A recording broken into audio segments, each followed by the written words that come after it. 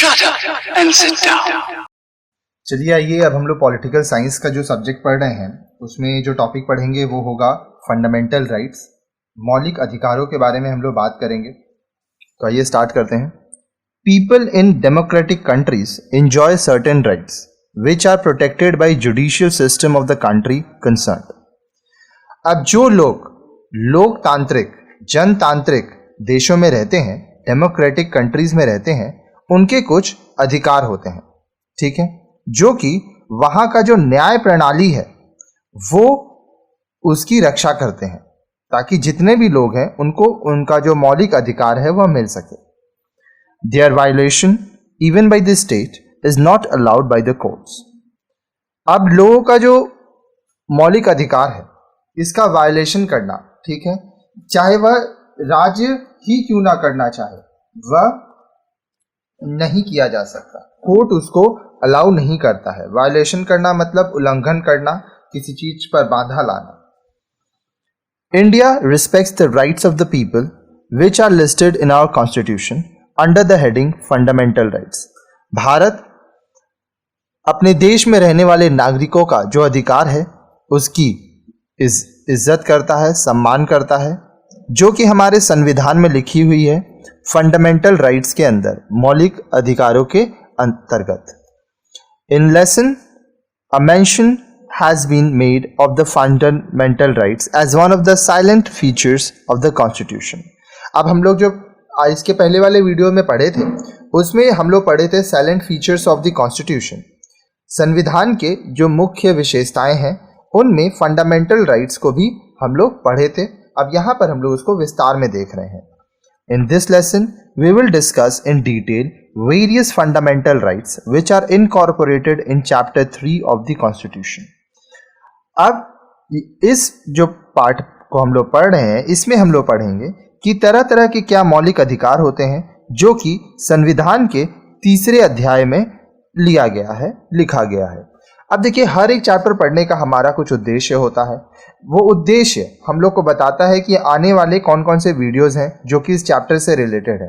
तो आइए इस चैप्टर को पढ़ने का हमारा उद्देश्य देखिए। ऑब्जेक्टिव, उद्देश्य। After studying this lesson you will be able to, अब इस चैप्टर को पढ़ने के बाद आप क्या क्या कर पाएंगे। Explain the meaning and importance of fundamental rights. मौलिक अधिकार का मतलब क्या होता है, उसका महत्व क्या होता है, इसके बारे में आप पढ़ पाएंगे। Highlight the dignity of an individual is protected and safeguarded through fundamental rights. आप यह देख पाएंगे कि हर एक व्यक्ति का जो सम्मान है, ठीक है, उसका जो अधिकार है वह मौलिक अधिकारों द्वारा उसकी रक्षा की जाती है, उसको गार्ड किया जाता है। Recognise that the enforcement of fundamental rights is ensured through high courts and the supreme court. आप यह चीज देखेंगे कि जो मौलिक अधिकार होता है ये कौन लागू करता है, यह हाई कोर्ट और सुप्रीम कोर्ट इसको लागू करते हैं, ठीक है। सबसे ऊपर कौन होता है, सबसे ऊपर होता है supreme court. Explain the right to equality. अब देखिए, सब कोई एक समान है, एक समानता की अधिकार, इसके बारे में आप पढ़ेंगे। Recognise the rational behind protective discrimination in favour of schedule caste, SC, schedule tribe, ST and other backward classes, OBC। आप ये चीज देख पाएंगे कि SC schedule caste, ST schedule tribe और अदर बैकवर्ड क्लासेस OBC को कैसे प्रोटेक्ट किया जाता है ताकि भेदभाव ना हो। Describe as well as appreciate the right to freedom. अब देखिए, हमारे पास आज़ादी का भी अधिकार है, तो इसको हम लोग कैसे अप्रिशिएट करेंगे, ये क्या होता है, इसके बारे में हम लोग पढ़ेंगे। Recall the safeguards against deprivation of life and personal liberty except according to the procedure established by the law। अब हम लोग ये देखेंगे कि हम लोग अपनी जिंदगी को, हर एक इंसान की अपनी स्वतंत्रता को वह कैसे बचाए रखेगा, ठीक है। अब देखिए, जो भी चीज होगा वो कानून के अधिकार पे होगा, कानून के हिसाब से होगा। Explain the right against exploitation. अब देखिए, एक्सप्लॉयटेशन क्या होता है, लोगों के ऊपर शोषण करना, अत्याचार करना। तो हमारे पास यह भी अधिकार है कि हमारे ऊपर कोई अत्याचार नहीं करेगा। Appreciate the right to freedom of religion. अब देखिए, आप किसी भी धर्म को मानना चाहें, आप इसके लिए स्वतंत्र हैं, ठीक है। तो यह क्या चीज है, हमारा यह क्या अधिकार है, इसके बारे में हम लोग आगे पढ़ेंगे। Explain cultural and educational rights, हमारा सांस्कृतिक और हमारा जो पढ़ाई लिखाई होता है उसका क्या अधिकार है हमारे पास। Identify the rights to constitutional remedies, अब देखिए जो संवैधानिक चिकित्सा है, ठीक है, उसका क्या अधिकार है हमारे पास, हम लोग उसके बारे में पढ़ेंगे। Recall the values of writs that may be issued for the protection of fundamental rights। अब आप इस चीज को समझ पाएंगे कि हमारा जो प्रदेश है, ठीक है, उसका क्या वैल्यू है, उसका मूल्य क्या है हमारे मौलिक अधिकार को सुरक्षित रखने के लिए, उसका प्रोटेक्शन करने के लिए। Appreciate the constitutional limitations on the enjoyment of fundamental rights, हमारा जो मौलिक अधिकार है, ठीक है, इसके क्या क्या संवैधानिक सीमाएं हैं। अब देखिए ये सारे चीज के ऊपर लाइन से सारा वीडियो छोटा छोटा बनेगा, ठीक है, तो आप प्लेलिस्ट सेक्शन में जाके पूरा लाइन से पढ़िए, सारा चैप्टर सारे सब्जेक्ट को हम लोग कवर कर रहे हैं। तो जो भी आपके मन में डाउट है या जो भी क्वेश्चन है, आप ऊपर हमारा व्हाट्सएप नंबर दिया हुआ है, आप उस पर मैसेज कीजिए, ठीक है, और आपको उसका रिप्लाई मिल जाएगा जल्द से जल्द। चलिए आइए अब हम लोग स्टार्ट करते हैं 6.1 meaning and importance of fundamental rights. अब देखिए जो हमारे मौलिक अधिकार हैं, जो हमारे मूलभूत अधिकार हैं, उसका मतलब क्या होता है, उसका महत्व क्या है। The rights which are enshrined in the constitution are called fundamental rights. अब देखिए वह अधिकार जो कि हमारे संविधान में लिखा गया है, ठीक है, लिया गया है, वह हमारे मौलिक अधिकार हैं। These rights ensure the fullest physical, mental and moral development of every citizens। अब यह जो हमारे अधिकार हैं, यह इस चीज को ध्यान में रखकर बनाया गया है कि हर एक नागरिक का शारीरिक, मानसिक और सामाजिक मोरल डेवलपमेंट, ठीक है, उसका हो, उसका विकास हो। They include those basic freedoms and conditions which alone can make life worth living। अब ये जो हमारे मौलिक अधिकार हैं उसमें हमारे मूलभूत हमारा आज़ादी है, स्वतंत्रता है, ठीक है, जिससे हमारा जो जीवन है वह जीने लायक हो। Fundamental rights generate a feeling of security amongst the minorities in the country. देखिए हर एक देश में कुछ माइनॉरिटीज हैं, ठीक है, माइनॉरिटीज मतलब अल्पसंख्यक, ठीक है, तो वो सिक्योर हो, वो सुरक्षित हो, इस चीज को भी ध्यान दिया गया है हमारे मौलिक अधिकार में। They establish the framework of democratic legitimacy for the rule of the majority. ठीक है, हमारा जो संविधान है जिसमें हम लोग मौलिक अधिकार के बारे में बात कर रहे हैं, यह एक डेमोक्रेटिक लेजिटिमेसी के बारे में बात करता है, ठीक है, जिसका मतलब होता है लोकतांत्रिक वैधता। ठीक है, और हमारा जो देश है वो रूल ऑफ मेजॉरिटी, ठीक है, लोग वोट करते हैं और वो चुनते हैं अपनी सरकार। No democracy can function in the absence of basic rights such as freedom of speech and expression. कोई भी जनतंत्र, लोकतंत्र नहीं काम कर सकता है अगर वहां पर जो मौलिक अधिकार हैं वह लोगों को ना मिले। जैसे लोगों को बोलने की आज़ादी होनी चाहिए, लोगों को अपना बात रखने का आज़ादी होना चाहिए, वो जो करना चाहें वो कर सकें, लेकिन ध्यान रहे आप जो भी कार्य करें आप आज़ाद तो हैं, लेकिन आप कुछ गैर कानूनी काम ना करें। बोलने का अधिकार का मतलब ये नहीं होता है कि आप कुछ ऐसा बोलें जिससे किसी को दुख पहुंचे या कुछ गलत बात सामने आए। Fundamental rights provides standards of conduct, citizenship, justice and fair play. जो हमारा मौलिक अधिकार है वह हमें यह बताता है कि किस तरह से कार्य होगा, कैसे नागरिकता मानी जाएगी, न्याय कैसे मिलेगा लोगों को, सब कुछ सही तरीका से एक समान कैसे चलेगा। They serve as a check on the government. सरकार किस तरह से काम कर रहा है इस चीज को भी यहाँ पे ध्यान दिया जाएगा। Various social, religious, economic and political problems in our country make fundamental rights important. ठीक है, बहुत सारे सामाजिक, धार्मिक, आर्थिक और राजनीतिक परेशानियां होती हैं हर एक देश में, हमारे देश में भी है, जिसके वजह से हमारा जो मौलिक अधिकार है उसका होना बहुत ज़रूरी है।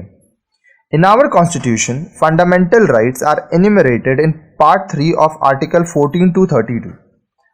हमारे संविधान में, भारतीय संविधान में जो यह मौलिक अधिकार है वह हमारे संविधान के तीसरे भाग में आर्टिकल 14 से 32 के बीच में लिखा गया है, 14 से 32 के बीच में।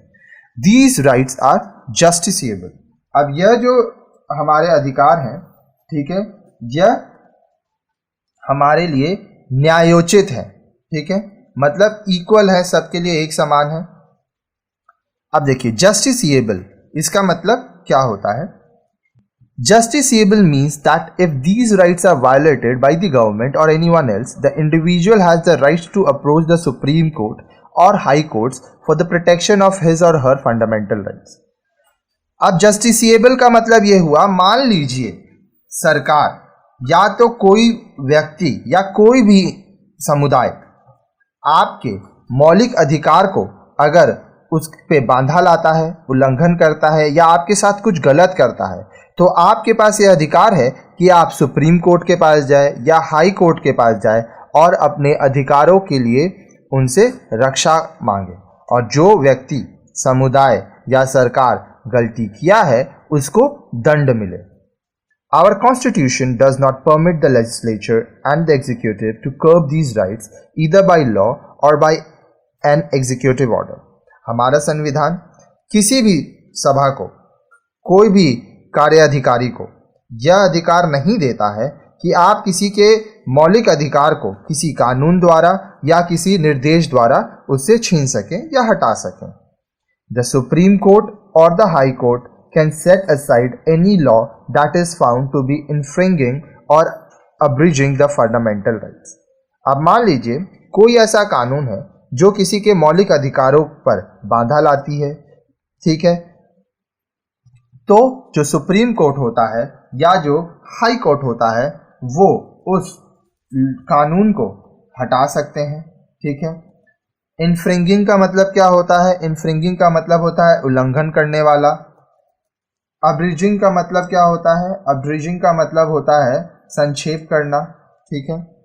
You will read about it in detail in lesson on judiciary. आगे हम लोग जब जुडिशरी के ऊपर, न्याय के ऊपर पढ़ेंगे, ठीक है। जुडिशरी का मतलब क्या होता है? जुडिशरी का मतलब होता है न्याय तंत्र, न्यायालय, जनता का अदालत, ठीक है, या न्यायालय संबंधी। इसके ऊपर हमारा आगे और भी वीडियोस बनेगा, तो अब आप उसमें डिटेल्स में इसके बारे में पढ़ेंगे। Some of the fundamental rights are also enjoyed by foreigners. For example, the right to equality before law and right to freedom of religion are enjoyed by both, that is citizen as well as foreigners. अब कुछ मौलिक अधिकार, विशेष अधिकार विदेशी लोगों के लिए भी होते हैं। उदाहरण के लिए राइट टू इक्वालिटी, सब एक समान है कानून के नज़र में, ठीक है। हर एक धर्म के लिए आपके पास आज़ादी है, आप जिस भी धर्म में काम करना चाहे, जो भी धर्म अपनाना चाहे आप उसको अपना सकते हैं, चाहे आप भारत के नागरिक हों या आप विदेश से आए हैं, सब के लिए एक जैसा कानून है। द फंडामेंटल राइट्स दो जस्टिसेबल आर नॉट एब्सोल्यूट। अब देखिए, जो फंडामेंटल राइट्स आपको मिल रहा है, मौलिक अधिकार है, वो जस्टिसेबल तो है, ठीक है, लेकिन वो एब्सोल्यूट नहीं है। एब्सोल्यूट नहीं है का मतलब क्या? वह पूर्ण नहीं है, ठीक है। The constitution empowers the government to impose certain restriction on the enjoyment of our rights in the interest of public goods. अब जो संविधान है वह सरकार को यह शक्ति देता है कि आप कुछ रेस्ट्रिक्शन लगा सकते हैं, रोक लगा सकते हैं हम लोगों के अधिकार पर, अगर वह दूसरों की भलाई कर रहा है। कहने का मतलब, मान लीजिए कुछ समुदाय अगर अपने अधिकारों का गलत फायदा उठा रहे हैं तो सरकार उस पर रोक लगा सकता है ताकि सबका भला हो।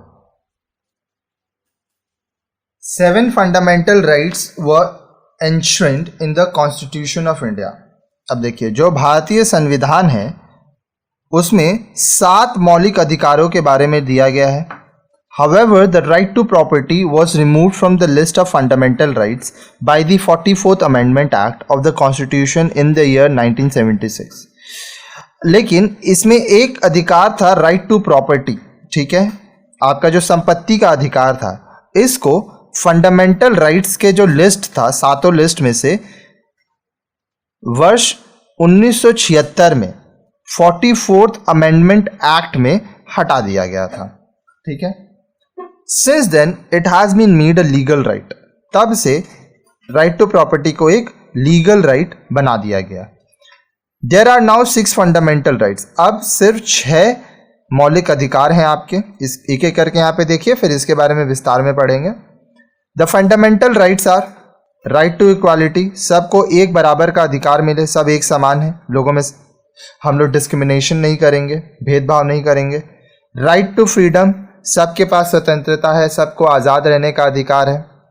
Right against exploitation. एक्सप्लॉयटेशन मतलब क्या होता है? लोगों का शोषण करना, लोगों के संग गलत व्यवहार करना, उनके ऊपर अत्याचार करना. तो ये चीज़ नहीं करना है. सबके पास अधिकार है कि वह अच्छे से जिए, कोई उनका शोषण ना करे. Right to freedom of religion. आप भारत के नागरिक हैं, आप जिस भी धर्म को मानना चाहें, आप स्वतंत्र हैं, आप अपने धर्म को मान सकते हैं. उस धर्म में जो भी आपको पूजा करना है, पाठ करना है, जो भी आप करना चाहे आप कर सकते हैं, पर ध्यान रहे आप जो भी माने उससे किसी और को नुकसान नहीं होना चाहिए. Cultural and educational rights. अब देखिए, आपका सांस्कृतिक अधिकार है, आप जिस भी संस्कृति पे चलना चाहें. पढ़ाई लिखाई का आपको अधिकार है, ठीक है. Right to constitutional remedies. अब जो संविधानिक चिकित्सा है, ठीक है, जो संविधानिक आपका बदलाव आएगा, ठीक है, रेमेडीज का मतलब क्या होता है? उपचार, इलाज होगा, उसका भी अधिकार है आपके पास. आइए एक एक करके अब ये सभी को हम लोग पढ़ेंगे. Recently, by the 86th Amendment Act, the right to education has been included in the list of fundamental rights as the part of right to freedom by adding Article 21A. अब देखिए, हाल ही में जो 86वां 86th अमेंडमेंट एक्ट आया, उसमें right to education, सबको पढ़ने की अधिकार है, इसको जोड़ा गया. किसमें? मौलिक अधिकारों में, फंडामेंटल राइट्स में. As a part of right to freedom, इसमें आर्टिकल 21A के अंतर्गत इसको जोड़ा गया, ठीक है. किसको? राइट टू एजुकेशन को. We will now study these rights one by one. अब ये जितने भी हम लोग अधिकार के बारे में यहाँ देखे हैं, अब इसको हम लोग एक एक करके पढ़ेंगे.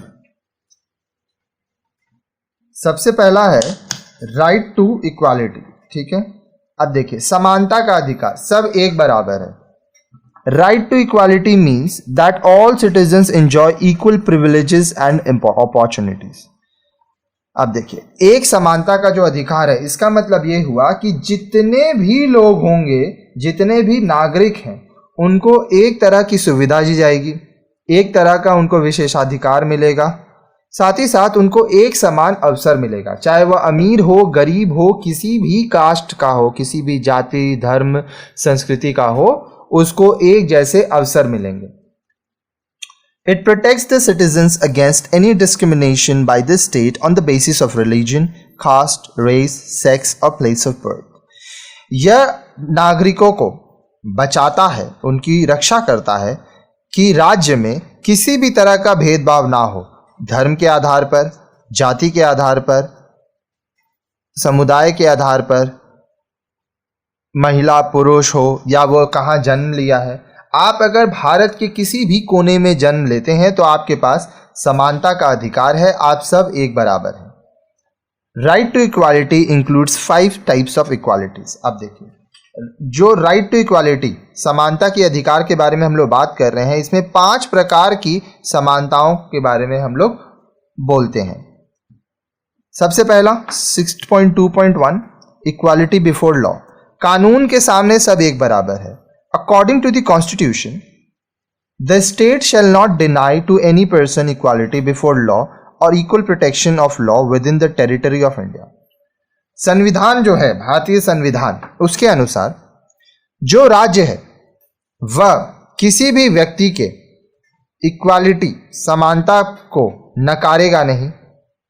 कानून के नज़र में हर एक इंसान को जो भारत में रह रहा है, भारत के क्षेत्र में रह रहा है, भारत का नागरिक है, उसको एक ही तरह से सुरक्षा मिलेगा कानून से, चाहे वह अमीर हो, गरीब हो, किसी भी जाति धर्म का हो, कोई भेदभाव नहीं होगा, सभी के लिए एक ही कानून होगा।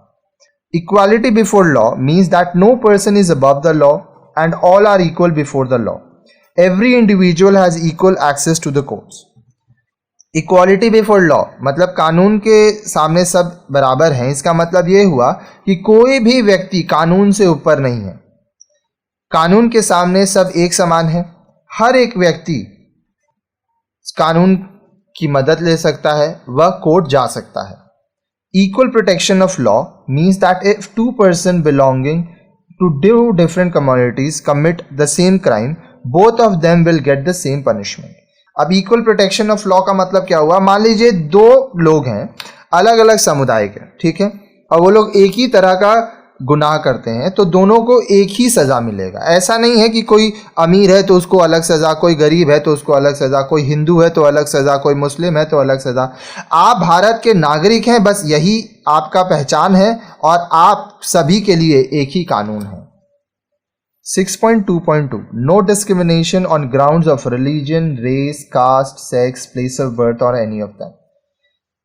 देखिए, धर्म के आधार पर, जाति के आधार पर, समुदाय के आधार पर, आपका लिंग, चाहे आप महिला है, पुरुष हैं, आप कहाँ जन्म लिए हैं, या किसी भी आधार पर आप लोगों में भेदभाव नहीं कर सकते। No citizen shall be denied access to shops, restaurant and places of public entertainment. किसी भी नागरिक को आप किसी में दुकान में जाने से, किसी रेस्टोरेंट में जाने से, या किसी पब्लिक प्लेस में, ठीक है, मनोरंजन के लिए जो बना हो, ठीक है, वहां पर जाने से आप रोक नहीं सकते। Neither shall any one be denied the use of wells, tanks, bathing ghats, roads etcetera. साथ ही साथ आप किसी को कुआं का इस्तेमाल करना, टैंक का इस्तेमाल करना, जब हम लोग घाट में जाते हैं, नदी के किनारे नहाने के लिए, रास्तों का, आप किसी को मना नहीं कर सकते कि आप इसका इस्तेमाल नहीं कर सकते या आप यहाँ से आ जा नहीं सकते। मेंटेन्ड होली और partly out of state fund, चाहे वह पूरा राज्य द्वारा बनाया गया हो या कुछ हिस्सा राज्य द्वारा हो, जो आम जनता का संपत्ति है वो सबके लिए एक बराबर है। However, the state is empowered to make special provision for women, children and for the uplift of scheduled caste, scheduled tribe and other backward classes OBC। हालांकि जो राज्य है उसको ये शक्ति दी गई है कि वह महिलाओं के लिए, बच्चों के लिए कुछ प्रोविजंस कर सके, उन लोगों के लिए कुछ प्रोविजंस रहेगा। फिर जो SC ST है, जो आपका माइनॉरिटीज़ में आते हैं, अल्पसंख्यक हैं, अदर बैकवर्ड क्लासेस हैं, इनके लिए वह कुछ प्रावधान कर सकता है। प्रोविजंस का मतलब प्रावधान होता है। The state can reserve seats for these categories in educational institution, grant fee concession और अरेंज स्पेशल कोचिंग क्लासेस। अब जो राज्य है वह यह जो कैटेगरी है इनके लिए कुछ कंसेशन दे सकता है, ये लोग कुछ कम पैसा लेगा, या इन लोगों के लिए कुछ रिजर्वेशन कर देगा कि इतने लोगों को, या आप देखते होंगे नौकरी में, फिर आप जब पढ़ने जाते होंगे कॉलेजेस में, स्कूल में, तो कुछ लोगों को वहाँ पर सुविधाएं मिलती हैं, उन लोगों के लिए सीट्स रहता है, रिजर्वेशन रहता है, आरक्षण रहता है। तो यहाँ पे उस चीज़ की बात की जा रही है। आगे देखिए, equality of opportunity in matters of public employment. जब लोगों को नौकरी मिलने की बात होती है, पब्लिक एम्प्लॉयमेंट, तो वहाँ पे भी सबको एक समान का अवसर मिले। Our Constitution guarantees equality of opportunity in matters relating to employment or appointment to public services to all citizens। जितने भी नागरिक हैं उन सभी को एक समान अधिकार मिलता है। यह हमारा जो संविधान है उनको यह गारंटी देता है, ठीक है, कि सबको एक प्रकार का अवसर मिलेगा, ठीक है, चाहे वह नौकरी के पक्ष में हो या अपॉइंटमेंट में हो, जो भी पब्लिक सर्विसेज हैं, ठीक है, सरकारी जो भी काम होगा उसके लिए। There shall be no discrimination on the basis of religion, race, caste, sex, place of birth or residence in matters relating to employment in public services. अब देखिए, जो पब्लिक सर्विसेज है, जितनी भी सरकारी नौकरियां हैं, जब उसमें नौकरी देने की बात आएगी तब कोई भी तरह का भेदभाव नहीं होगा, जाति के धर्म में, समुदाय के धर्म में, फिर कौन किस जात से है, किस धर्म से है, कौन सी संस्कृति मानता है, सेक्स, प्लेस ऑफ बर्थ, जन्म कहाँ लिया है, कहाँ रह रहा है। तो आप किसी भी आधार पर लोगों को बांट नहीं सकते हैं। सब के लिए एक जैसा ही आपको नियम कानून रखना पड़ेगा। Merit will be the basis of employment. देखिए, योग्यता, ठीक है, परीक्षा होता है, जो लोग उसमें पास करते हैं चाहे वो कहीं से भी आए हो, बस भारत के नागरिक होने चाहिए, ठीक है, इस आधार पर उनको नौकरी मिलता है। However, certain limitations have been provided to the enjoyment of these rights. लेकिन इसमें भी कुछ limitations किया गया है, कुछ, ताकि ये जो अधिकार है वह लोग इसका इस्तेमाल कर सकें। ठीक है, इसके बहुत सारे नियम कानून होते हैं जो आप जिस नौकरी को करना चाहेंगे उसके नियम कानूनों को आपको पढ़ना पड़ेगा। फिर अबॉलिशन ऑफ अनटचेबिलिटी। देखिए, पहले के ज़माने में क्या होता था, छुआछूत माना जाता था। जो बहुत गरीब होते थे, बहुत सारे ऐसे जातियां होती थी जिनको लोग जिनसे छूते भी नहीं थे, ठीक है, ये माना जाता था कि अगर वह जाति के लोग आपको छू लेते हैं तो आप अशुद्ध हो जाते हैं। तो यह चीज़ को हटाया गया, छुआछूत हट गया। The constitution अबॉलिशेस untouchability and it practices in any form is forbidden. अब देखिए, जो हम लोग का संविधान बना, ठीक है, उसमें यह लाया गया कि छुआछूत अब नहीं होगा, ठीक है, और जो लोग इसको मानेंगे वो गलत है, ठीक है, यह एक तरह का गुनाह है। फॉरबिडन की ना हुआ मतलब मना किया हुआ। Actions in the box are considered as offense when committed on the grounds of untouchability. अब यहाँ पर जो हम लोग अब पढ़ेंगे ये वो सारे चीज़ें हैं, अगर ये काम आप करते हैं छुआछूत मान के तो इसको एक तरह का जुर्म माना जाएगा और आपको इसके लिए दंड मिलेगा। Refusing admission to any person to public institution, कोई भी जो सार्वजनिक संस्था है उसमें आप किसी व्यक्ति को अगर शामिल करने से मना करते हैं तो यह गुनाह है। Preventing any person from worshipping in places of public worship, जो मंदिर है जहाँ पे लोग पूजा पाठ करते हैं जो आपका सार्वजनिक है, ठीक है, वहाँ पे आप किसी को रोक नहीं सकते। अगर आप किसी को रोकते हैं पूजा पाठ करने से, प्रार्थना करने से, तो वह एक तरह का गुनाह माना जाएगा। Insulting a member of schedule cast on the ground of untouchability, अब जो एससी शेड्यूल कास्ट के लोग हैं, आप अगर उसका इंसल्ट करते हैं, उसकी बेइज्जती करते हैं, ठीक है, छुआछूत के बात पर, तो यह एक तरह का गुनाह होगा। प्रीचिंग अनटचेबिलिटी डायरेक्टली और इनडायरेक्टली। अब देखिए, अगर आप लोगों को इस बात को फैलाते हैं, ठीक है, या उपदेश देते हैं, शिक्षा देते हैं कि छुआछूत मानना चाहिए, लोगों से दूर रहना चाहिए, यह निम्न जाति का है, ठीक है, तो ये एक तरह का गुनाह माना जाएगा। Abolition of titles. अब देखिए, जो टाइटल्स था, ठीक है, उसको हटाया गया, खिताबों को हटाया गया। ऑल टाइटल्स नेशनल और foreign which create artificial distinction in social status amongst the people have been abolished. अब जितने भी खिताब थे, चाहे वह राष्ट्रीय हो चाहे विदेशी हो, जिससे लोगों का जो सामाजिक स्टेटस है, ठीक है, अगर उसमें कोई डिस्टिंक्शन आता है, कोई डिफरेंसेस आता है, तो इसको हटाया गया। This provision has been included in the constitution to do away with the titles like Rai Sahib, Rai Bahadur have been conferred by the British on few Indians as a reward for their effective cooperation in the colonial regime. जब Britishers का राज था तो कुछ लोगों को यह राय साहेब, राय बहादुर का खिताब दिया गया था, ठीक है, क्योंकि वो लोग जो ब्रिटिशर्स का राज था उनमें बहुत ही हेल्प किए थे, उनका मदद किए थे, उनके संग कोऑपरेट किए थे। तो ये सारे टाइटल्स को हटा दिया गया। The practice of conferring titles is like this is against the doctrine of equality before law. अब जो लोग अपने नाम के आगे या खुद को राय साहेब, राय बहादुर ये अगर इस्तेमाल करते तो यह सरकार के कानून में जो हम लोग एक समानता की बात करते हैं उसके खिलाफ है, तो यह गुनाह है। To recognize the meritorious service rendered by individual citizens to the country or mankind, the President of India can confer civil and military awards to those individuals for their services and achievements such as Bharat Ratna, Padma Vibhushan, Padma Shri, Paramveer Chakra, etc. But these cannot be used on titles. अब देखिए, मान लीजिए कोई व्यक्ति है, ठीक है, जो भारत के नागरिक हैं, अगर वो बहुत ही अच्छा काम करते हैं, देश के लिए कुछ अच्छा करते हैं, ठीक है, इंसानियत के लिए कुछ अच्छा करते हैं, तो हमारे देश के जो राष्ट्रपति हैं, प्रेसिडेंट ऑफ इंडिया, वो उनको कुछ सिविल या मिलिट्री अवार्ड्स दे सकते हैं, पुरस्कार दे सकते हैं, ठीक है, उनके काम के लिए, उनके अचीवमेंट्स के लिए, जैसे कि भारत रत्न दिया जाता है, पद्म विभूषण दिया जाता है, पद्मश्री दिया जाता है, परमवीर चक्र दिया जाता है, वीर चक्र दिया जाता है। लेकिन ये सब को भी आप अपने खिताब के रूप में, नाम के रूप में इस्तेमाल नहीं कर सकते हैं। चलिए आइए अब हम लोग पढ़ते हैं 6.3 राइट टू फ्रीडम। हमारा जो अधिकार है, स्वतंत्रता का अधिकार, ठीक है, इसके बारे में अब हम लोग पढ़ेंगे।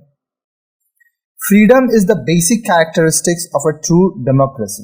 देखिए, जो एक वास्तविक लोकतांत्रिक देश होता है, ठीक है, जहां लोकतंत्र होता है, जनतंत्र होता है, वहां पर उसकी मूल जो विशेषता होती है वो होती है स्वतंत्रता।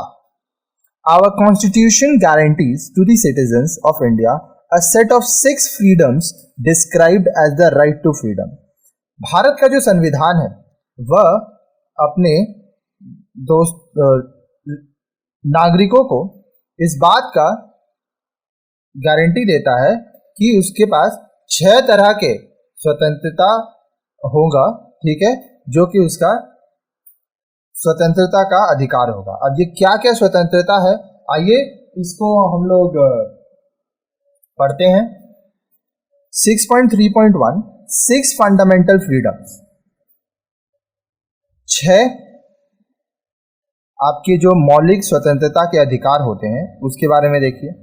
The constitution guarantees the following 6 fundamental freedoms. जो आपका कॉन्स्टिट्यूशन है, जो संविधान है, वह 6 आपके मौलिक स्वतंत्रता के अधिकार के बारे में बात करता है। Freedom of speech and expression, आपके पास यह आज़ादी है कि आप अपनी मन की बात बोल सकते हैं, आप जो चाहे वो कर सकते हैं, लेकिन ध्यान रहे यह आज़ादी आपको तभी मिलती है जब आप कुछ ऐसा ना करें जिससे किसी को नुकसान हो। अगर आप कुछ ऐसा करते हैं जिससे किसी और के आज़ादी को, किसी और के अधिकारों का उल्लंघन हो या किसी और को तकलीफ हो तो वह गलत है, उसके लिए आपको दंड मिलेगा। Freedom to assemble peacefully without arms, आप शांति से अगर इकट्ठा होकर कुछ करना चाहते हैं तो आप कर सकते हैं, लेकिन आपके पास किसी भी तरह का हथियार नहीं होना चाहिए। Freedom to form associations and unions, आप संस्थाएं बना सकते हैं, आप यूनियंस बना सकते हैं। Freedom to move freely throughout the territory of India, Bharat का जो क्षेत्र है उसमें आप जहां जाना चाहें आप आज़ादी से घूम फिर सकते हैं, जा सकते हैं, रह सकते हैं। Freedom to reside and settle in any part of the territory of India, Bharat के क्षेत्र में अगर आप भारत के नागरिक हैं तो आप भारत के किसी भी हिस्से में जाके रह सकते हैं, वहाँ पे अपना घर बसा सकते हैं, वहाँ पे काम कर सकते हैं। Freedom to practise any profession or to carry on any occupation, trade or business, आप जो भी पेशा में काम करना चाहें, आप जो भी व्यवसाय करना चाहें, आप वह कर सकते हैं। अब एक एक करके इनके बारे में हम लोग पढ़ते हैं। आइए, let us study these freedoms one by one briefly. अब हम लोग संक्षिप्त में ये जो हमारे आज़ादी का जो हमारा अधिकार है इसके बारे में हम लोग पढ़ेंगे। सबसे पहला freedom of speech and expression. अब देखिए, हमारे पास बोलने का अधिकार है, ठीक है, क्योंकि हम लोग एक लोकतांत्रिक देश में रहते हैं तो हम क्या महसूस करते हैं, हमें क्या कहना है, हम अपनी मन की बातों को रख सकते हैं। It is an important freedom, यह एक बहुत ही महत्वपूर्ण आज़ादी है। This freedom ensures free and frank speech, discussion and exchange of opinions. अब यह आज़ादी हमें इस बात का अधिकार देती है कि हम जो चाहें हम लोग उसको कह सकें, बिना किसी से डरे हम अपनी बातों को रखें, हम लोग डिस्कशन करें, हम लोग अपने ओपिनियन को, अपने विचारधारा को एक दूसरे को बताएं। It includes the freedom of the press, अब जो मीडिया है, वह जो प्रेस है वह अपनी आज़ादी से अपना काम कर सके। However, these freedoms like freedom of speech and expression are not absolute. अब देखिए, ये जो आपको आज़ादी मिल रही है कि आप अपने बातों को, अपने विचारधारा को आज़ादी से लोगों के सामने रख सकें, यह पूर्ण रूप से नहीं है। The state is empowered to impose reasonable restriction to the exercise of the rights in the interest of security of the state, public order, morality, etc.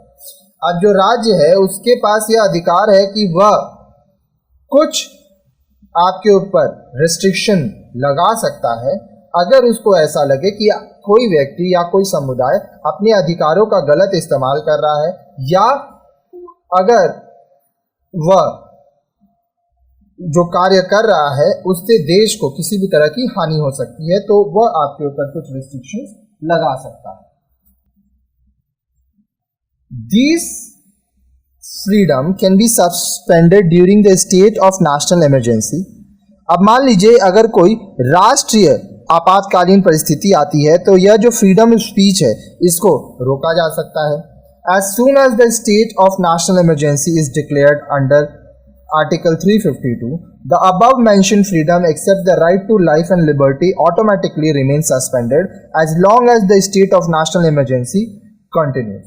अब देखिए, जैसे ही कोई ऐसी अवस्था आती है कि राष्ट्रीय सुरक्षा की बात है या राष्ट्रीय आपातकालीन स्थिति की बात है, जो कि आर्टिकल 352 में दिया गया है कि आपके पास जो फ्रीडम ऑफ स्पीच है इसको सस्पेंड कर दिया जाएगा. हाँ, आपके पास यह अधिकार रहेगा कि आप अपने जीवन को अपने अनुसार जिए, आपके पास आज़ादी रहेगी, ठीक है, लेकिन कुछ आपके ऊपर रेस्ट्रिक्शंस भी रहेगा तब तक जब तक राष्ट्रीय आपातकालीन स्थिति बरकरार रहे. All these freedoms get restored as soon as the proclamation of national emergency is lifted. अब जितने भी यह आज़ादी की बात की जा रही है, ठीक है, ये वापस से आपको मिल जाएगा जब राष्ट्रीय सुरक्षा, राष्ट्रीय आपातकालीन की स्थिति हटा ली जाएगी. जैसे कि अभी जम्मू कश्मीर से धारा 370 हटाया गया, ठीक है, धारा 35A हटाया गया, उसके बाद वहाँ पे कर्फ्यू लगाया गया, 144 धारा लगाया गया, बहुत लोगों को हाउस अरेस्ट किया गया, नज़रबंद किया गया ताकि वहाँ की परिस्थिति को ठीक किया जा सके. अब कुछ ही दिन में वह ठीक हो गया तो लोगों को फिर से आज़ादी मिली कि वो घूम सके, फिर सके, सब जगह आ जा सके, ठीक है. तो जब राष्ट्रीय सुरक्षा की बात होगी तो लोगों के ऊपर कुछ रेस्ट्रिक्शंस राज्य लगा सकता है. यह हमारे संविधान में लिखा है. 6.3.2 protection in respect of conviction of N offence. अब देखिए, मान लीजिए अगर कोई व्यक्ति कुछ गलत करता है, ठीक है, तो जब तक उसकी दोष सिद्ध ना हो जाती है कि वो गलत है, उसको प्रोटेक्ट किया जाता है. The constitutional provision assures protection against arbitrary arrest and excessive punishment to any person who is alleged to have committed an offence. अब देखिए, जो संविधान है उसमें यह चीज है कि अगर मान लीजिए कोई व्यक्ति है, वो कोई अगर गलती किया है, ठीक है, तो आप उसको अरेस्ट कर सकते हैं और उसको दंड दे सकते हैं जो वो गुनाह किया है. अब हमारे संविधान में हर एक प्रकार के गुनाहों के लिए लिखित है कि हर गुनाह पर क्या उसको सजा मिलेगी. No person shall be punished except for the violation of law which is in force when the crime was committed. ठीक है, अब किसी भी व्यक्ति को वह जो जुर्म किया है उसका ही सजा मिलेगा, ठीक है, उसके अलावा आप उसको और किसी चीज की सजा नहीं दे सकते. An accused cannot be compelled to be a witness against himself or herself. आप देखिए, मान लीजिए अगर आपके ऊपर कोई केस करता है या आप ये कहा जाता है कि आपने जुर्म किया है, ठीक है, आप अरेस्ट होते हैं, तो आप खुद के लिए गवाह नहीं बन सकते. एक व्यक्ति अगर खुद के लिए गवाह बनना चाहेगा तो वो हमेशा यही बोलेगा कि वह बेगुनाह है, इसलिए वह खुद के लिए गवाह नहीं बन सकता, आप के लिए कोई और गवाह बनेगा. No person shall be punished for the same offence more than once. अब एक ही गलती के लिए एक व्यक्ति को एक से ज्यादा बार आप गुनाह दंड नहीं दे सकते, ठीक है. मान लीजिए आप कोई गलती की है, आपको एक बार उसके लिए दंड दिया जा चुका है, तो उसी गलती के लिए आपको फिर से दंड नहीं दिया जा सकता, ठीक है. अगर आप वापस से उस गलती को दोहराते हैं फिर तो आपको दंड मिलेगा, लेकिन जिस दंड के लिए आपको सजा मिल चुका है अब उसी दंड के लिए आपको वापस सजा नहीं मिलेगा. 6.3.3 protection of life and personal liberty. अब देखिए, आपके जीवन की सुरक्षा और आपका आज़ादी, इसकी सुरक्षा करना, यह भी हमारे संविधान में है. The Constitution lays down that no person shall be deprived of his or her life or personal liberty except according to the procedure established by the law. अब हमारा संविधान ये भी बताता है कि किसी भी व्यक्ति को उसकी आज़ादी, उसके जीवन जीने की आज़ादी को हम लोग छीन नहीं सकते, ठीक है। अब इसमें हमारे कानून में कुछ प्रोसीजर्स है, उसको मानना पड़ेगा। It guarantees that life of or personal liberty shall not be taken away without the sanction of law. आप देखिए, यह चीज का गारंटी दिया जाता है सरकार द्वारा, संविधान द्वारा, कि किसी व्यक्ति का जिंदगी, उसका जो आज़ादी है वो नहीं लिया जाएगा, ठीक है, तब तक जब तक कोई कानून ना आए। अब अगर मान लीजिए कोई गलती करता है तो उसकी आज़ादी तो छीनी ही जाएगी, उसको जेल होगा, उसको पनिश किया जाएगा। It ensures that no person can be punished or imprisoned merely at the whims of some authority. यह इस बात का भी ध्यान देता है कि किसी भी व्यक्ति को हम लोग दंड नहीं दे सकते, हम लोग उसको कैद में नहीं रख सकते, सिर्फ इसलिए क्योंकि कुछ लोग या कुछ अथॉरिटी उसके ऊपर केस किए हैं। आपको उसको साबित भी करना होगा। He or she may be punished only for the violation of law. किसी भी व्यक्ति को तभी दंड दिया जा सकता है अगर वह कानून को तोड़ता है। Next, prevention against arbitrary arrest and detention. अब देखिए, आप किसी को अरेस्ट करते हैं, ठीक है। अब ये आर्बिट्ररी अरेस्ट क्या होता है? आर्बिट्ररी मतलब मनमाना आप किसी को अरेस्ट कर लिए, ठीक है, मनमाने तरीके से कैद करना। उसके बाद डिटेंशन। डिटेंशन का मतलब क्या होता है? आप किसी को नजरबंद कर रहे हैं, तो ये आप नहीं कर सकते, ठीक है। मान लीजिए कोई व्यक्ति अगर कुछ गलती नहीं किया है तो ऐसा नहीं है कि आप उसको अरेस्ट करके रख सकते हैं। अगर मान लीजिए कभी ऐसा होता है कि आपको पुलिस आगे पकड़ के ले जाती है तो आप डरिएगा मत, घबराइएगा मत। आप उनसे पूछिएगा कि आपका गुनाह क्या है। अगर वो जोर जबरदस्ती करके फिर भी आपको लेके जाते हैं तो उनसे आप लड़िएगा मत, आप जाइएगा, ठीक है। वो आपको तब तक लॉकअप में नहीं रख सकते जब तक आपका FIR दर्ज ना हो, और अगर वो ऐसा करते हैं तो आप उनके खिलाफ कोर्ट जा सकते हैं। लेकिन ध्यान रखिएगा, जो भी आप करें उसको धैर्य में रह के करें। Our constitution guarantees certain rights to the arrested person. हमारा जो संविधान है वह जो लोगों को अरेस्ट किया गया है, जो लोगों को कैद किया गया है, उनके लिए भी कुछ अधिकार रखता है। As per the provision, no person can be arrested and or be detained in custody without being informed of the ground for detention. अब देखिए, इसमें जो प्रोविजन किया गया है, जो लिखा हुआ है हमारे संविधान में, कि आप किसी व्यक्ति को अरेस्ट नहीं कर सकते, कैद नहीं कर सकते या उसको नजरबंद नहीं कर सकते जब तक आप उसको यह ना बताएं कि उसकी गलती क्या थी या क्यों उसको डिटेंट किया जा रहा है, उसको क्यों नजरबंद किया जा रहा है। He or she has the right to consult and be defended by a lawyer of his or her choice. जो व्यक्ति को आप कैद किए हैं उसके पास ये अधिकार है कि वह किसी वकील के संग, अपने चुने हुए वकील के संग बात कर सके और अपना केस लड़ सके। The accused has to be produced before the nearest magistrate within a period of 24 hours of arrest. अब देखिए, जिस व्यक्ति को कैद किया गया है, ठीक है, उसको नजदीकी जो मजिस्ट्रेट है उसके सामने 24 घंटे के अंदर कैद किए हुए, अरेस्ट किए हुए 24 घंटे के अंदर पेश करना पड़ता है। These safeguards, however, are not available to foreigners as well as to those citizens detained under Preventive Detention Act. अब यह जो सेफगार्ड है, ठीक है, यह किसके लिए नहीं है? यह अंग्रेजों के लिए नहीं है और उन लोगों के लिए नहीं है जिनको प्रिवेंटिव डिटेंशन एक्ट के तहत रखा गया है, ठीक है। सेफगार्ड का मतलब होता है रक्षा करना, सुरक्षा उपयोग करना। प्रिवेंटिव डिटेंशन, अब ये प्रिवेंटिव डिटेंशन क्या होता है? When the state feels that a person is likely to commit crime or is a threat to the security of the state, he or she may be detained without trial for a limited period. जब राज्य को ऐसा लगता है कि कोई व्यक्ति वह कुछ गुनाह कर सकता है या तो वह राज्य के सुरक्षा के लिए एक खतरा पैदा हो सकता है, तो उसको कुछ दिन के लिए बिना ट्रायल के नजरबंद किया जा सकता है, कैद करके रखा जा सकता है। However, no person can be kept under detention for more than 3 months until permitted by an advisory board consisting of persons who are qualified to be appointed as judges of the high courts.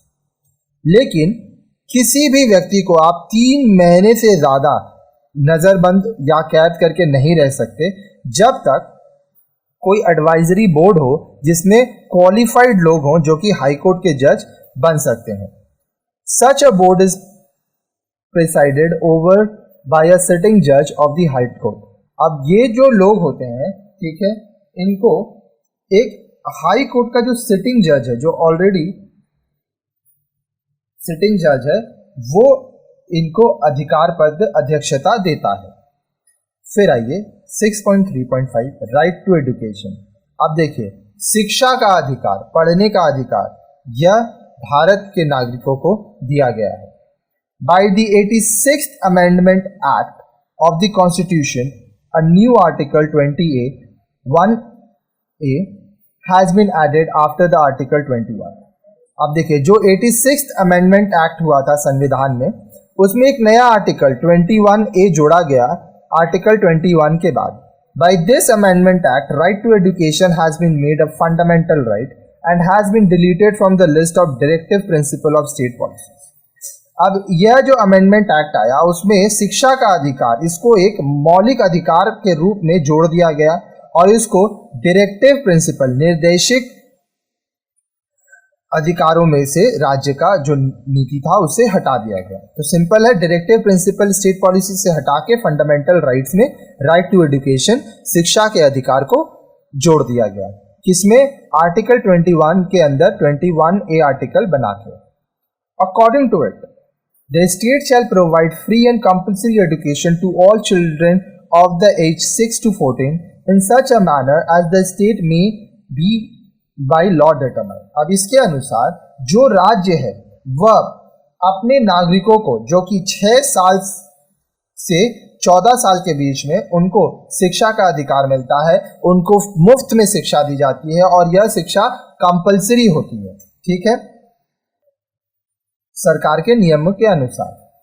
It further states that it is the responsibility of the parent or guardian to provide opportunities for education to their children or ward between the age of 6 to 14 years.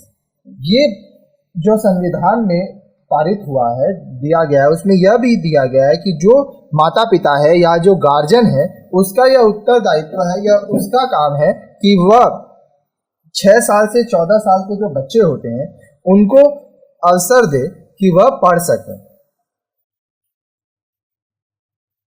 Next 6.4 right against exploitation. अब देखिए, exploitation मतलब लोगों का शोषण करना, लोगों को उनके अधिकारों से वंचित करना, ठीक है, उनसे काम निकालना, उनका गलत इस्तेमाल करना.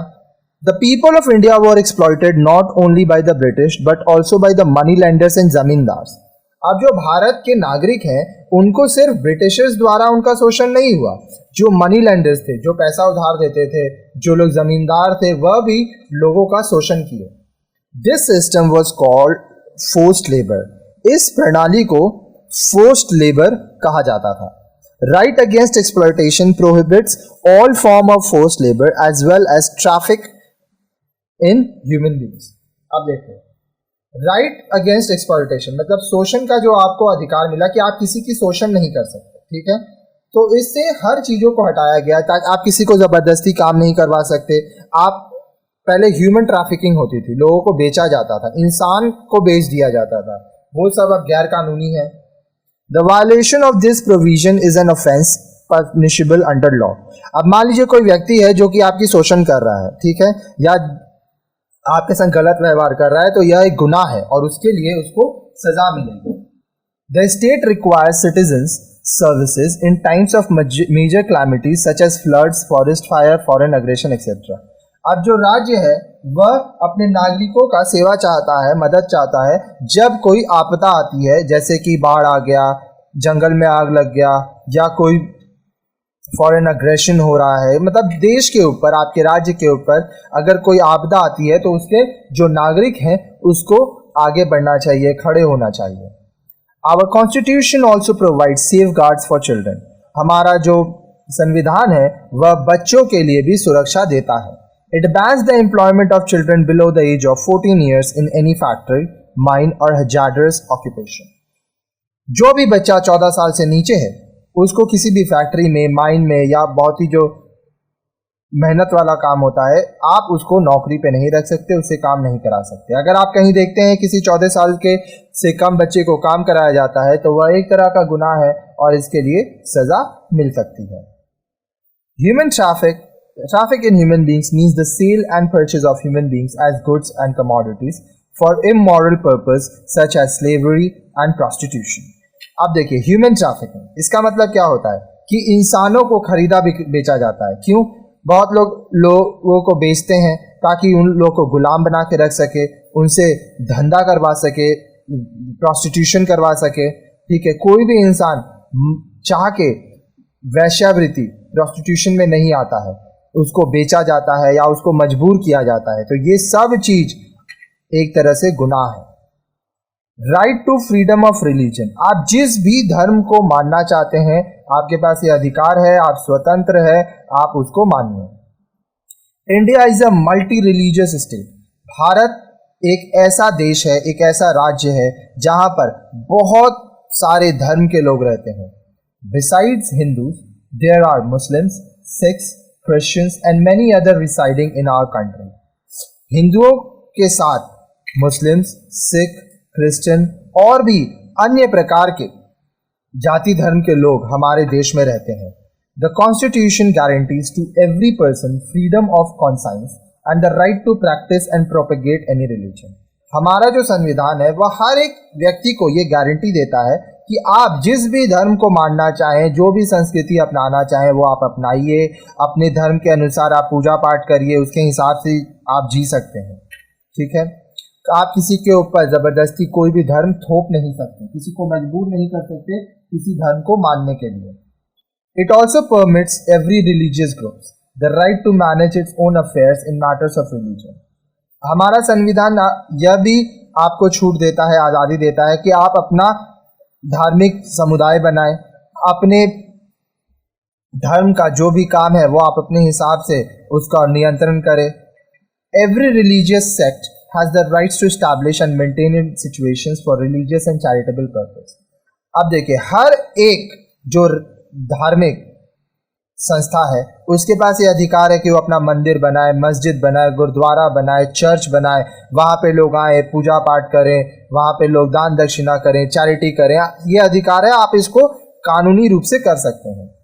Each religious group is also free to purchase and manage its movable and immovable property in accordance with law for the propagation of its religion. अब जितना भी आपका राजनीतिक समुदाय है उसको यह आज़ादी दिया गया है कि वह मूवेबल और इमूवेबल वह प्रॉपर्टीज खरीद सकता है ताकि वह अपने धर्म का प्रचार कर सके, जितना हो सके लोगों तक अपने धर्म को पहुंचाए. लेकिन ध्यान रखिएगा, आप धर्म को लोगों तक पहुंचा सकते हैं लेकिन किसी को मजबूर नहीं कर सकते कि वह आपके धर्म को माने. Our constitution lays down that no religious education can be imparted in any education institution which is wholly maintained out of the state fund. हमारा संविधान यह भी कहता है कि जो शिक्षा केंद्र सरकार द्वारा चलाया जा रहा है उसमें किसी भी एक धर्म के बारे में आप शिक्षा नहीं देंगे. This restriction does not apply to this education institution which are not wholly maintained out of state fund. अब यह जो रोक है यह उस शिक्षा केंद्र में नहीं है जो कि सरकार द्वारा चलाया नहीं जा रहा है. But even in those institutions, no child can be compelled to receive religious instruction against his or her wishes. लेकिन उस इंस्टीट्यूशन में, उस संस्था में भी आप जबरदस्ती किसी बच्चे को किसी ऐसे धर्म के बारे में पढ़ा नहीं सकते या उसके ऊपर जबरन कोई आप जबरदस्ती करके कोई धर्म सौंप नहीं सकते. अगर वो मन से चाहेगा अपने तो ही वो उस धर्म को अपनाएगा. Right to freedom of religion is not absolute. अब देखिए, जो आपके पास अधिकार है कि आप अपने धर्म को चुन सकते हैं यह भी पूर्ण रूप से नहीं है. It can be restricted on the grounds of public order, morality and health. अब यह एक सार्वजनिक निर्देश के ऊपर, मोरालिटी, स्वास्थ्य के ऊपर, उसके हिसाब से भी इस पे रोक लगाया जा सकता है। The state shall not impose restriction arbitrarily. आप देखिए, जो राज्य है वह यह जो रोक लगा रहा है वह मनमाने रूप से, मनमाने ढंग से किसी के ऊपर नहीं लगा सकता है। किसी के ऊपर आप कोई भी धर्म जबरदस्ती नहीं सौंप सकते हैं। आप देखिए 6.6 कल्चरल एंड एजुकेशनल राइट्स। अब देखिए, आपके पास अधिकार है, आपका सांस्कृतिक अधिकार, शिक्षा का अधिकार। India is a vast country with diversity of culture, script and languages. Bharat एक बहुत ही बड़ा देश है जिसमें बहुत तरह के संस्कृतियां हैं, ठीक है, बहुत तरह का स्क्रिप्ट्स है, बहुत तरह की भाषाएं हैं। People take pride in their own language and culture. जो लोग हैं उनको अपने भाषा पर, अपने संस्कृति पर गर्व है। Our constitution provides necessary guarantees to preserve, maintain and promote their culture and language. हमारा संविधान जरूरत के अनुसार लोगों को यह गारंटी देता है कि वह अपने संस्कृति को, अपनी भाषा को वह बनाए रख सके, उसका विकास कर सके, विस्तार कर सके। The constitution allows minorities to establish and maintain educational institution of their own. हमारा जो संविधान है वह अल्पसंख्यकों को यह अलाउ करता है कि वह अपना खुद का शिक्षा केंद्र स्थापित कर सकें, उसको चला सकें खुद से। It also provides that the state shall not discriminate against any educational institute while guaranteeing financial aid on the ground that it is being run by a minority community.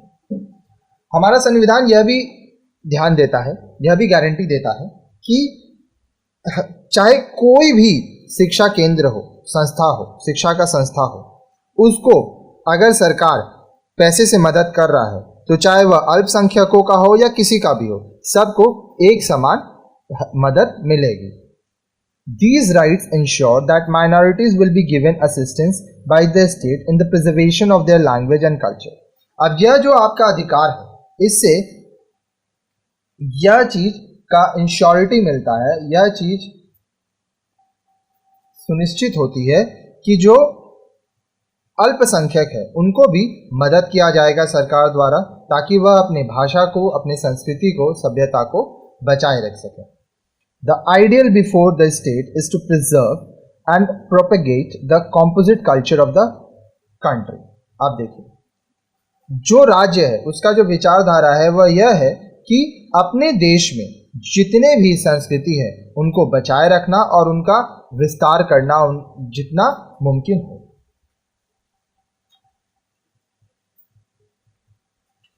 Next है राइट टू कॉन्स्टिट्यूशनल रेमेडीज। ठीक है, संवैधानिक उपचार का हमारे पास अधिकार है। After reading about all the fundamental rights, a quick question may arise in your mind. What can an individual do if one or more of his और her fundamental rights are encroached upon by the state. अब जो student हमारे videos को line से पढ़ रहे हैं वो सारे राइट्स को, फंडामेंटल राइट्स जो आपके थे, ठीक है, अगर उनको पढ़ने के बाद उनके मन में एक सवाल आया होगा कि हमारा जो विशेष अधिकार है, जो मौलिक अधिकार हमें दिया गया है, अगर इस पर कोई अतिक्रमण करता है, ठीक है, कोई इसका उल्लंघन करता है, ठीक है, या राज्य इसका उल्लंघन करता है, तो उसको क्या करना है। Part 3 of our Constitution provides for legal remedies for the protection of these rights against their violation by the state or other institution or individual. हमारा जो संविधान है उसका जो तीसरा भाग है उसमें कानूनी उपचार दिया गया है कि हमारे जो मौलिक अधिकार है अगर इसका कोई उल्लंघन करता है, चाहे वह राज्य उल्लंघन करे, चाहे कोई संस्था करे, चाहे कोई व्यक्ति करे, तो उससे कैसे बचना है। It entitles the citizens of the India to move to Supreme Court or High Courts for the enforcement of these rights. अगर मान लीजिए आपके संग कुछ गलत हो रहा है, आपके अधिकारों का उल्लंघन हो रहा है, तो आपके पास ये अधिकार है कि आप सुप्रीम कोर्ट या हाई कोर्ट के पास जा सकते हैं अपने अधिकारों की रक्षा के लिए, अगर आप भारत के नागरिक हैं तो।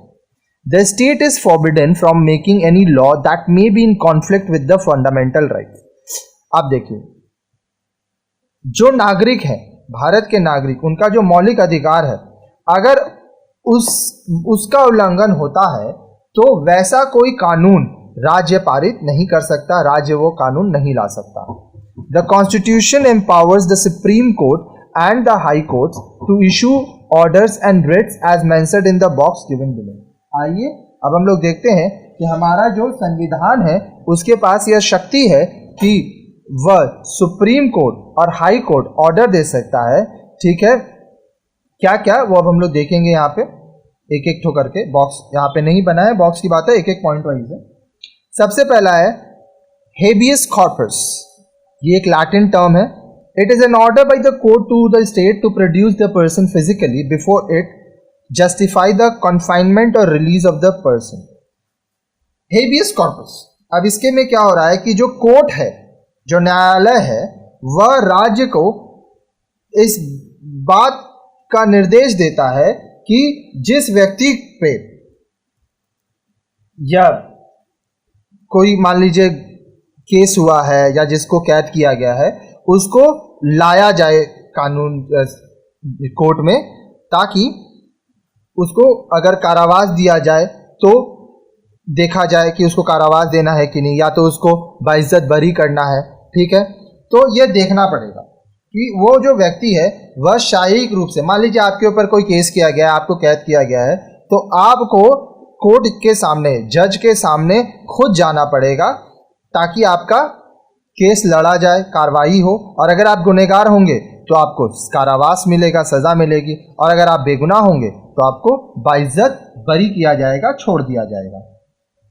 Mandamus, Latin term, it is a command or an order from a superior court to a subordinate court or tribunal or public authority to perform its duty in case it is not done. आप देखिए, mandamus इसका मतलब क्या हुआ कि मान लीजिए कोई ऊपर का कोर्ट है, सुप्रीम कोर्ट हाई कोर्ट को, हाई कोर्ट लोअर कोर्ट को, या उसके सबॉर्डिनेट को, या जो पब्लिक अथॉरिटी है उन लोगों को ये आदेश देगा कि आप काम अगर ठीक से नहीं कर रहे हैं तो आप ठीक से काम करिए। ठीक है, फिर आता है prohibition. It is an order issued by the superior court to forbid a subordinate court or tribunal from proceeding with the case which is beyond its jurisdiction. अब देखिए, प्रोहिबिशन मतलब रोक लगाना। अब जो उच्च न्यायालय है वो अपने से नीचे, सुपीरियर कोर्ट जो है वो अपने नीचे सबऑर्डिनेट कोर्ट को या ट्रिब्यूनल को इस बात से रोकता है कि आपके अधिकार के अंदर जो चीजें हैं, जो केस है, आप उसी को लड़ सकते हैं, आप उसी पे निर्णय ले सकते हैं, अपने अधिकार से बाहर आप ये चीज नहीं कर सकते। Quo warranto, this right is issued to restrain a person from acting in a public office to which he is not entitled. अब देखिए, मान लीजिए कोई व्यक्ति है, ठीक है, वह किसी ऐसे जगह पे काम कर रहा है, ठीक है, जहां पर उसको काम नहीं करना चाहिए। ठीक है, लेकिन फिर भी वह वहां पे कर रहा है, तो उसको पब्लिक ऑफिस में काम करने दिया जा रहा है। ठीक है, वो वहां का नहीं है, लेकिन पब्लिक ऑफिस में उसको रीस्ट्रेन किया जाता है। ठीक है, अब देखिए, रीस्ट्रेन का मतलब क्या होता है? रीस्ट्रेन का मतलब होता है नियंत्रित करना, उसको रोकना। आप कहने का सिंपल मतलब है, आपका जो काम है, आपका जो ज्यूरिसडिक्शन है, आपका जो क्षेत्र है, आप उसी में काम कर सकते हैं, उससे बाहर नहीं। Certiorari, the term certiorari means to be informed of what is doing. Certiorari का मतलब क्या होता है कि यह चीज बताना कि क्या हो रहा है। It is an order to a lower court from a superior court to transfer the matter to it or to any other court for deciding the matter. अब देखिए, लोअर कोर्ट को उसके सुपीरियर कोर्ट के द्वारा order मिल रहा है कि आप जो केस का देख रेख कर रहे हैं, अब वो आप ट्रांसफर कर दीजिए, या तो उसको लोअर कोर्ट सुपीरियर कोर्ट को ट्रांसफर करेगा या दूसरे कोर्ट्स को ट्रांसफर करेगा, ताकि वह उस मैटर पर निर्णय ले सके। These writs go a long way in protecting the rights of the individual against encroachment by the legislature, the executive or any other authority. अब यह जो आपका रिट्स है, ठीक है, ये काफी लंबे तक जाता है ताकि जो व्यक्तिगत लोगों का अधिकार है, ठीक है, उसकी रक्षा हो सके। हो सकता है लेजिस्लेचर द्वारा, कोई एग्जीक्यूटिव द्वारा या किसी और अथॉरिटी द्वारा आपके अधिकार का उल्लंघन किया जाए तो आपको कोर्ट पे जाना है। If the fundamental rights are the cornerstone of our democracy, then the rights to constitutional remedies is the soul of the part 3 of the constitution. अगर जो हमारा मूल विशेष अधिकार है, ठीक है, इसको हम लोग कॉर्नर स्टोन मानेंगे, ठीक है, अगर ये हमारा आधारशिला है हमारे लोकतंत्र, हमारे जनतंत्र का, तो जो कॉन्स्टिट्यूशनल रेमेडीज है, जो संवैधानिक उपचार है, यह संविधान के भाग 3 की आत्मा है, यह उसके ऊपर निर्धारित है। You will read more about these writs in the lesson 12। अब ये जो रिट्स हैं इसके बारे में आप 12वीं पार्ट में पढ़ेंगे, ठीक है। अब देखिए, जो स्टूडेंट्स हमारे वीडियोस को लाइन से पढ़ रहे हैं वो अभी तक क्या क्या पढ़ रहे हैं, आइए मैं आपको दिखाता हूँ। व्हाट यू हैव लर्नड, आपने क्या सीखा। Fundamental rights have been incorporated in part 3 of our constitution from article 14 to 32। जो आपका मौलिक अधिकार है वह संविधान के भाग 3 में आर्टिकल 14 से 32 में लिखा हुआ है। These rights protect and safeguard the dignity and status of the citizen। अब यह जो आपका अधिकार है यह आपके डिग्निटी को, आपके स्टेटस को, आप जो भारत के नागरिक हैं, इसकी रक्षा करता है। These rights are justiciable, that is are enforceable by the court of law। अब यह जो अधिकार है एक व्यक्ति का, जो उसका मूल अधिकार है, यह जस्टिसेबल है, इस आपका हक है इसके ऊपर, और अगर कोई आपके अधिकारों का उल्लंघन करता है तो आप कोर्ट ऑफ लॉ, कानून के पास जा सकते हैं। At present there are 6 fundamental rights. अभी 6 आपके मौलिक अधिकार हैं। Recently by an amendment act of the constitution, right to education has been added. हाल ही में एक अमेंडमेंट एक्ट आया हमारे संविधान में, जिसमें शिक्षा का अधिकार को भी फंडामेंटल राइट्स, मौलिक अधिकार में जोड़ा गया। These rights are not absolute. Reasonable restrictions can be imposed to these rights in the interest of peace, national defense, morality, common good and good relation with other countries। अब यह जो आपके अधिकार है यह पूर्ण रूप से नहीं है, इसके ऊपर ज़रूरत के अनुसार रोक लगाया जा सकता है। अगर वह देश की शांति के लिए, देश आपकी राष्ट्र सुरक्षा के लिए हो, चाहे सभी के भलाई के लिए हो, या दूसरे देशों से अच्छे संबंध के लिए हो। The first right that comes under fundamental right is the right to equality। जो सबसे पहला अधिकार जो आपको मौलिक अधिकार के अंतर्गत मिलता है वह है सभी को एक समान दर्जा मिले, समानता का अधिकार।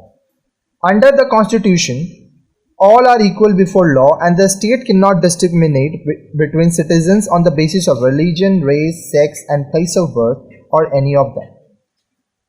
हमारे संविधान के अंतर्गत यह दिया हुआ है कि कानून के नज़र में, राज्य के नज़र में सब एक है।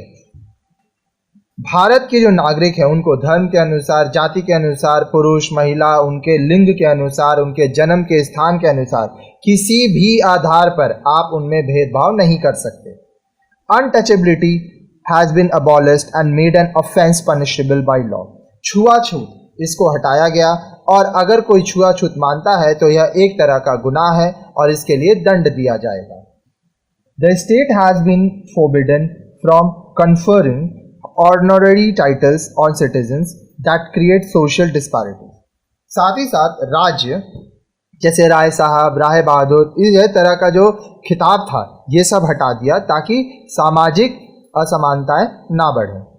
Right to freedom has been granted for all round development of the body, mind and spirit of all the citizens। जितने भी नागरिक हैं उन सभी को आज़ादी का अधिकार मिला ताकि उनका शारीरिक, मानसिक और आंतरिक रूप से हर एक तरह से उनका विकास हो सके। It provides 6 freedoms to the citizens। यह अपने नागरिकों को 6 तरह से आज़ादी देता है।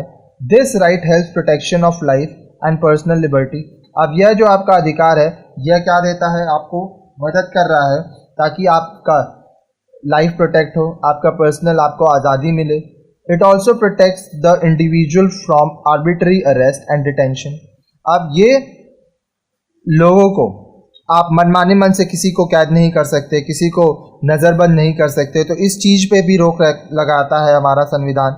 अगर कोई गलती किया है तो ही आप उसको कैद कर सकते हैं या उसको नज़रबंद कर सकते हैं किसी कारण पे ही, और आपको वो कारण बताना होगा कि आप किसी को क्यों कैद कर रहे हैं। अब आप घर पे हैं या कहीं जा रहे हैं, अचानक से ही आपको कोई कैद नहीं कर सकता है। अगर आप कोई कैद कर रहा है तो आपके पास ये अधिकार है कि आप उससे पूछें कि आप ऐसा क्या गलती किए हैं या किस वजह से आपके संग ऐसा हो रहा है। Our Constitution prohibits traffic in human beings and forced labor. हमारा जो संविधान है यह लोगों को जो खरीदा बेचा जाता है इस पे रोक लगाता है। आप ज़बरदस्ती किसी से काम नहीं करवा सकते, इस पर रोक लगाता है। Employment of children below the age of 14 years in mines, factories and hazardous job is banned. 14 साल से कम के बच्चों को आप माइन में, कारखानों में या बहुत ही जो मेहनत वाले काम होते हैं उसमें आप नहीं ले सकते, यह एक तरह के गुनाह है।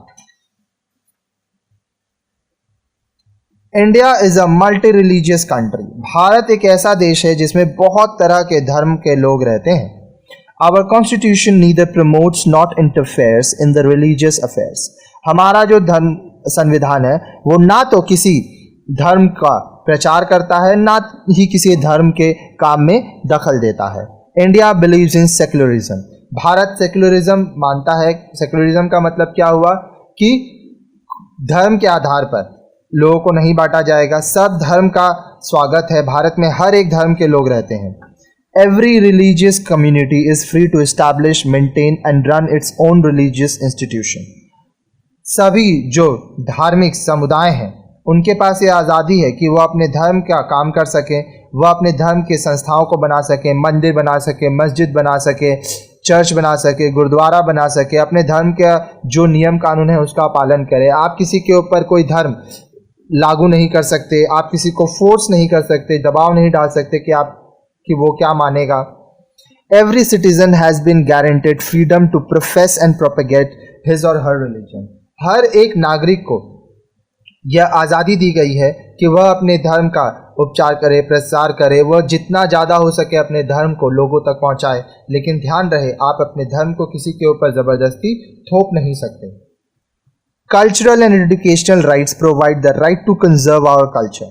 अब देखिए, जो सांस्कृतिक और शिक्षा का आपको अधिकार मिलता है वह यह होता है कि आप अपने संस्कृति को बचाए रखें। Education institution maintained by the state on getting financial aid from the state cannot refuse admission to children on the ground of religion, race, caste, language or any of them.